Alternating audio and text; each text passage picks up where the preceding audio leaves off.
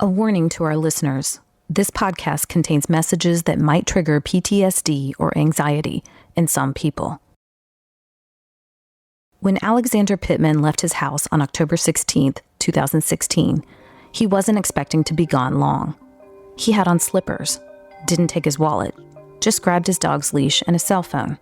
I won't ever forget the day. I believe it was a Monday night. I took my dog out to go for a walk, and I would say maybe 100 yards or maybe 200 yards from my driveway. So, still on my street and my neighborhood. What happened next was one of those moments that in a flash reconfigures a life. It redefines expectations, for good or for bad. And though Pittman had experienced similar incidents, this moment indelibly imprinted upon him what it means to be Black in America. I was unarmed. I was not aggressive. I was not doing anything illegal or anything that looked illegal. I was doing something very wholesome, walking my dog in my neighborhood, and you could still fall victim. This is the Ohio State University podcast, a production of the College of Education and Human Ecology. I'm Robin Chenoweth. Carol Del Grosso is our audio engineer. Alex Pittman is today a PhD student studying education at Ohio State. 4 years ago, when an SUV pulled up next to him and 2 police officers got out, he was a high school social studies and history teacher in Hollywood, Florida, attending to the mundane task of walking his dog Marley. I honestly thought that they were going to ask me some questions like, have you seen this person? I honestly didn't have an initial negative reaction to them. They asked for my identification and asked what I was doing and where I was going. And so then it became very obvious that I was the target of their investigation.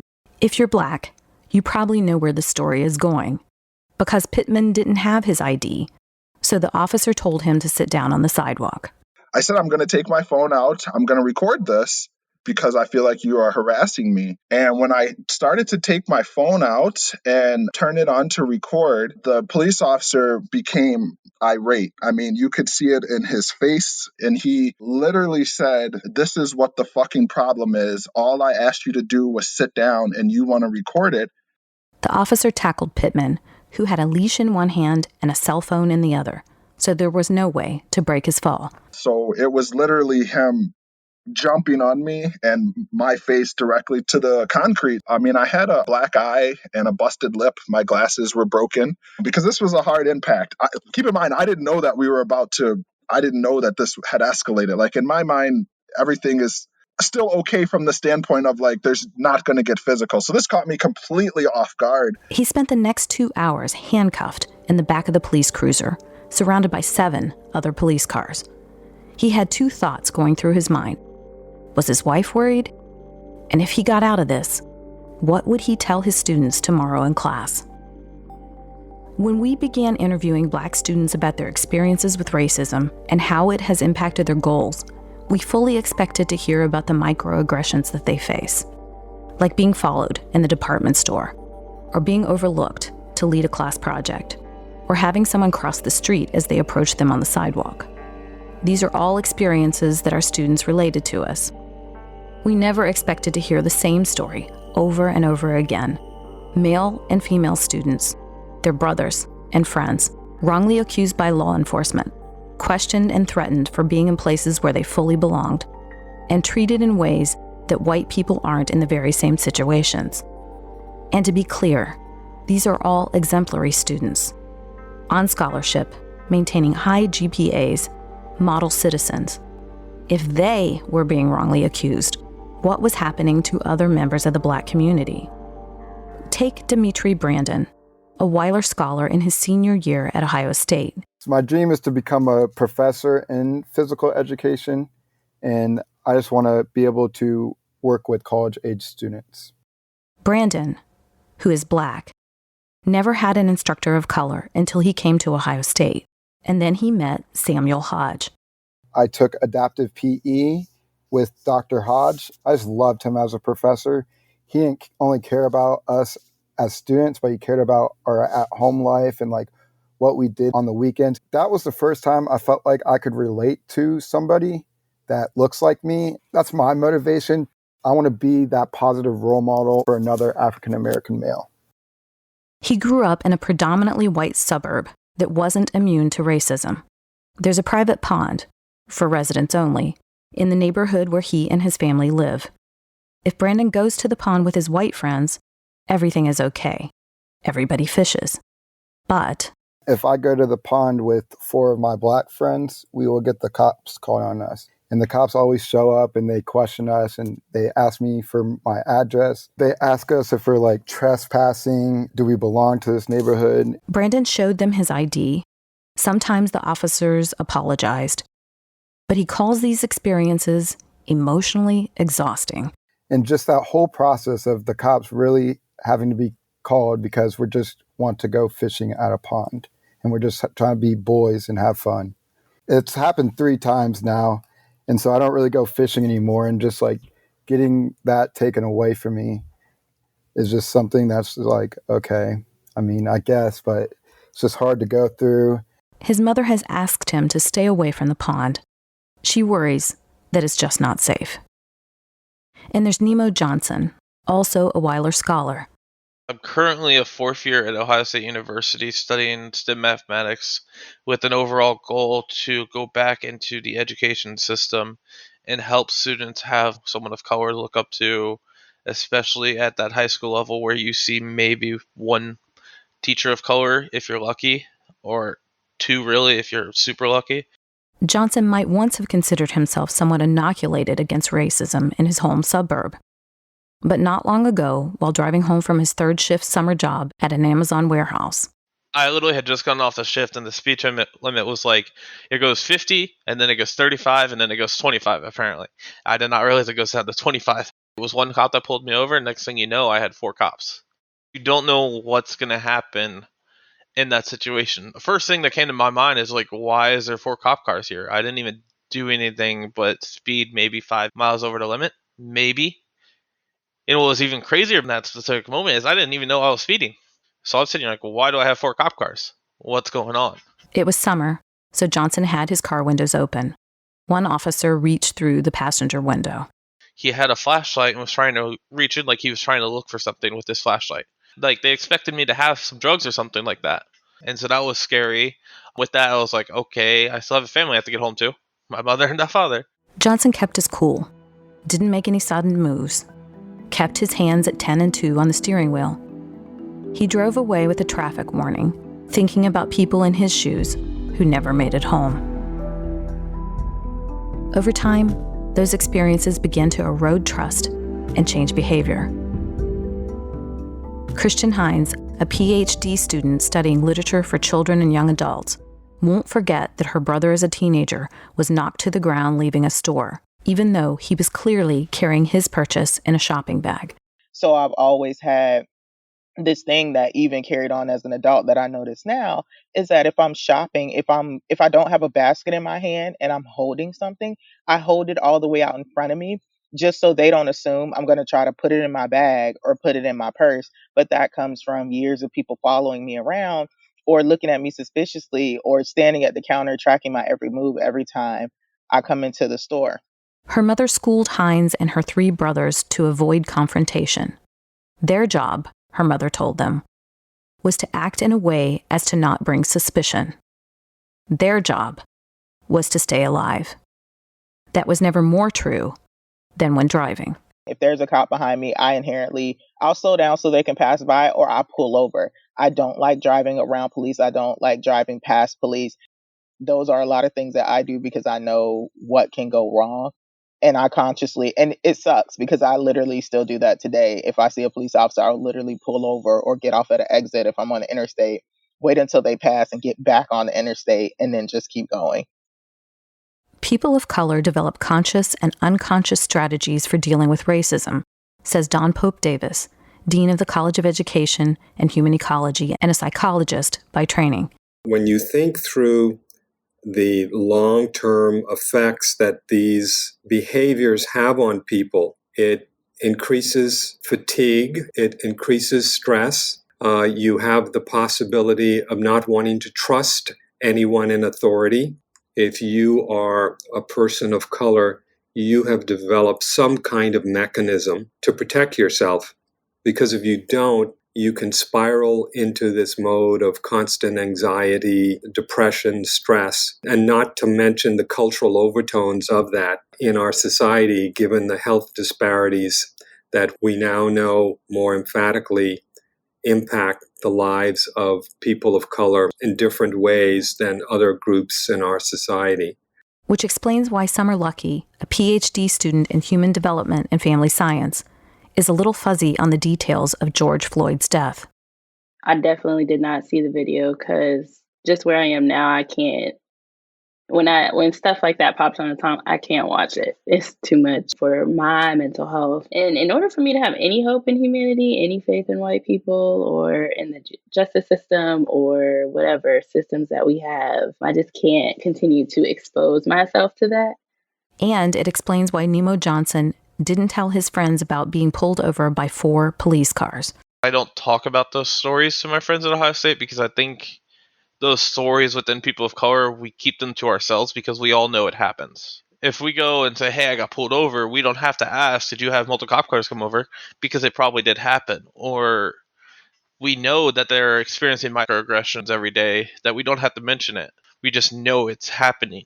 Why tell these stories? One reason is to develop understanding of the sizable obstacles that our Black students must scale to even become students at Ohio State. And also to underscore that no matter how accomplished they might be when they walk off campus, and sometimes even on campus, those impediments are thrown down at their feet again and again. It's not for lack of trying by our Black students. PhD student Summer Luckey. I am ashamed to say, I thought, if I could be this image of like a quote unquote good Black person, like, white people I won't be the one they have to worry about, but really, that doesn't matter. Like, you could tap dance all you want, and at the end of the day, you're still going to be Black. And I guess it's coming to terms with who you are, and people just don't like you because of that, because they just don't know. As instructors, administrators, teachers, coworkers, and student allies, we can do better to support our Black students, Dean Pope Davis says.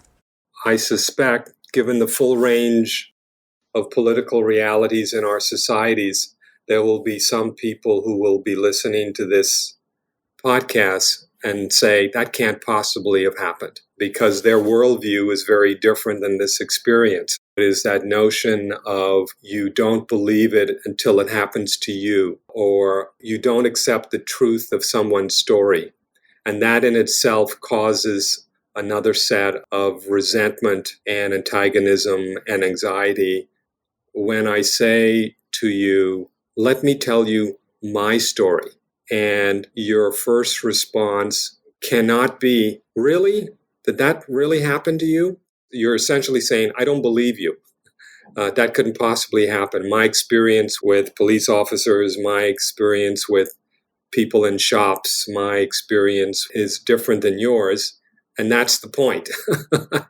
That cycle of continued aggression, microaggression, and then disbelief by would-be allies can have a very negative impact on any student's well-being and ability to learn. You can develop, in my view, some aspects of PTSD. I want to keep my distance. I don't want to engage, either in the classroom or what have you. And it takes a keen eye to notice those behavioral activities or responses to find out what's going on and how can you be supportive. I think if you put this in an academic context, the faculty member, regardless of who they are, may need to ask a question, which is to be very explicit in saying, how can I help you? Rather than saying, let me get you some help. Because given their experiences, just opening up to a professor, teacher, fellow student, or even a counselor who would likely be white can be a big leap. And in telling that story, it requires an element of trust. And remember, in these fatiguing moments that you've articulated, trust is just about gone. Teachers and faculty need to create a space for those conversations by integrating them into the curriculum. And you can make it a research project. You can make it a paper. You can make it a thought piece. You can read books and have discussions. So that's one way of doing that. Developing a set of pedagogical experiences that require students in classrooms to be more self-reflective. And the instructor must participate in the process with the students. If you do not have the capacity to self-reflect, you cannot engage in change. But the instructor also has to lead by experience. It can't just be an activity for the students.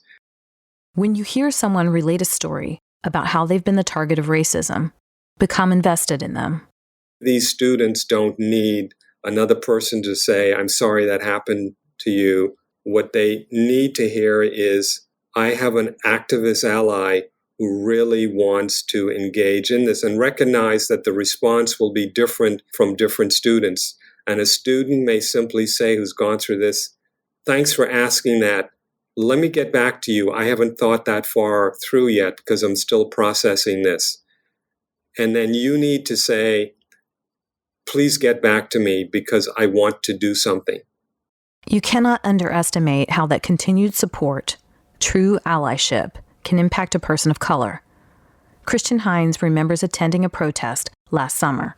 There were more white people at the protest and standing next to these people chanting Black Lives Matter and it's not okay and they deserve to live, or even going in neighborhoods, in these predominantly white neighborhoods in these suburbs and seeing these Black Lives Matter flags, or even talking to people in class, or talking to people on the streets, or people in airports saying, do you need anything? Or if they feel like something's happening, having them come stand aside, like, are you okay? Do you need assistance? And I think for me personally, that summer, seeing white people kind of not just step up, but step in line, like, we see you, we understand, and this isn't just a Black and brown problem, we're here. That made me feel better. Some people fear that that level of support won't continue. That piece is up to the rest of us. Our students are mostly hopeful and inspired, despite their negative and hurtful experiences, to respond in positive ways to a world that at times reviles them. Dimitri, Brandon, and Nemo Johnson want to be the teachers and instructors they needed in high school and still need in college. Summer Lucky wants to attack systemic racism in schools so that students of color can reach their potential. But when I think about our youth and I think about the generations that are before me, they need to have a fair chance. I want to be able to empower them to do that, to be able to be a change, to decide if they do want to educate the majority on how to interact with them, or if they really just want to forge their own path and aid their peers in their communities in elevating themselves. Whatever their options are, I want them to have that because they deserve that. Alexander Pittman, who appeared at the beginning of our episode, wasn't charged, and at first told his high school students that he got his black eye after being elbowed playing basketball. He feared that the police officer who injured him might be one of his students' relatives. Pittman says that his Christian faith carries him, that what is meant for evil will be used for good. Because of the allyship that's being developed, because of a combination of so many things, people who do care, people who do love instead of hate, this is all going to be used for the greater good, for something positive. I have to remain hopeful, because if I don't, there's people, my nephews, my brothers, my sons, my students, and my God who are watching me. And I have to remain hopeful because that's the right thing to do, and I truly believe that. He instructs undergraduate teaching and learning students, aiming to become a professor who can present a different perspective and inspire others. And in Ohio State's Office of Diversity and Inclusion, Pittman mentors 30 Black freshman males, helping them surmount the obstacles to their higher education. Christian Hines says she is encouraged when her undergraduate students who are white say they want to be part of the change. These 20-year-old kids talk about diversity and equity and how Black Lives Matter, and they want to be there for their students and show up for their students. Gives me joy, because these are the people who will be in front of these Black and brown kids. And looking at these other educators across the world who want the same things that I want, that fight for the same things that I want, and they are taking this time to create these spaces, whether it's virtual spaces, whether it's them writing books and talking about like historically responsive literacy or abolitionist teaching, and knowing that I'm not alone. And I think that's a beautiful thing. As long as our students are regarded as anything other than the change makers and committed and brilliant global citizens that they are, we have work left to do. But at least we have them, our students, leading the way.